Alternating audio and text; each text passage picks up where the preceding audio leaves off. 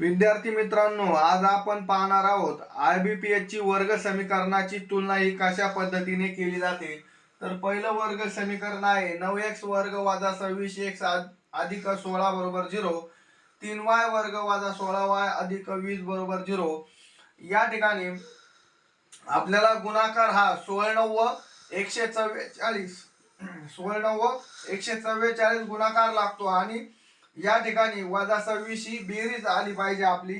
तर या ठिकाणी आपण जर यांचे अवयव पाडले 18 8 18 8 144, तर या ठिकाणी आपल्याला या या दोन्हीला पण सिंबल वजाचे टाकावे लागतील, म्हणजे 18 8 144 आपला गुणाकार पण होईल आणि बेरीज पण या ठिकाणी होईल वजा 26। तर आपल्याला या ठिकाणी अवयव भेटले आहेत 18 आणि 8। तर याच्या विरोधातले अवयव हे घ्यायचे असतात आणि हा जो कोएफिशियंट आहे सहगुणक आहे याने भागायचे असते। तर यांच्या किमती येतील 9 दुने 18 आणि या ठिकाणी ही 1 ला पण कमी येईल कारण 9 छेदामध्ये आहे ना आणि 8 वर आहे, म्हणजे येईल 8/9।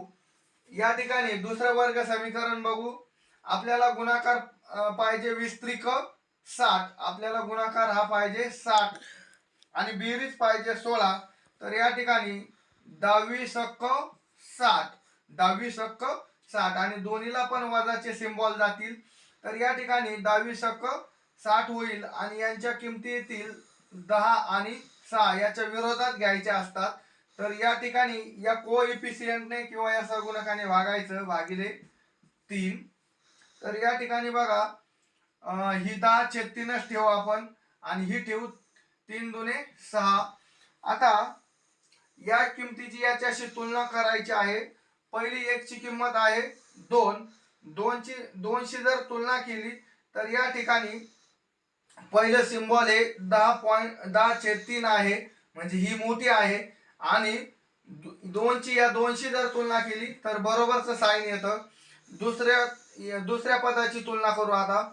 या ठिकाणी 8/9 ची 10/3 शी जर तुलना केली तर या ठिकाणी y ची किंमत ही मोठी येते।